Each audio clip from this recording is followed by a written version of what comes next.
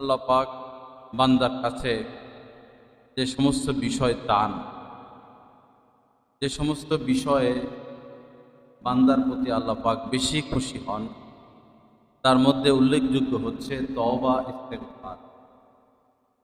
আল্লাহ পাকের কাছে তওবা করা এবং মাপ চাইতে থাকা, সব সময় মাপ চাইতে থাকা। আমাদের গুনাহের যেমন শেষ নাই, তওবা ইস্তেগফার এমনভাবে করা যেমন যেন এটারও শেষ নাই। তওবা করতেই থাকা, মাপ চাইতে থাকা, মাপ চাইতে থাকা। চোখের পলক যেভাবে আপনাতেই একটু পরে পরে পলক দেয়, আমাদের জবানটাকে এমন করা চাই যে আপনাতেই আল্লাহ পাকের কাছে সে মাপ চাইতে থাকবে। একটু পরে পরেই আস্তাগফিরুল্লাহ, একটু পরে পরেই আস্তাগফিরুল্লাহ, আল্লাহ মাফ করে দেন, আল্লাহ মাফ করে দেন। কিন্তু বহু আফসোসের বিষয়, এই অভ্যাস আমাদের নাই, আমরা এতে অভ্যস্ত না। এমনও মানুষ রয়েছে, একটা দিন অতিবাহিত হয়, একবার মুখে আস্তাগফিরুল্লাহ আসে না। বড় কষ্টকর বিষয়, বড় দুঃখজনক বিষয়। সারাটা দিন অতিক্রম করলো, একবার তার মুখে সুবহানাল্লাহ আসলো না, একবার তার মুখে আলহামদুলিল্লাহ আসলো না।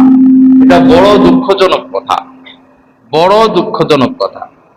বহু মানুষ, বিশেষ করে আমাদের ছাত্রদেরকে, 50-60 জন ছাত্র, তো জিজ্ঞাসা করি আজকে খানা খেয়ে আলহামদুলিল্লাহ কে কে পড়ছ?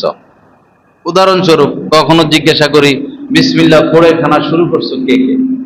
দেখা যায় 1 জন, 2 জন, 3 জন, 4 জন, এই অবস্থা।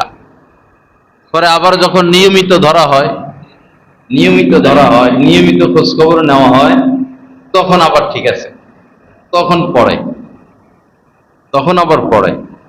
এজন্য নিজেকে কাহারো কাছে ন্যস্ত করে দেওয়া, নিজেকে কাহারো কাছে ন্যস্ত করে দেওয়া, তখন তিনি আপনার খোঁজখবর রাখবেন, তখন তিনি আপনারও খোঁজখবর রাখবেন।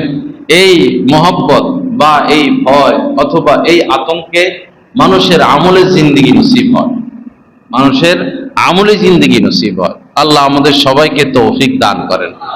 তো বেশি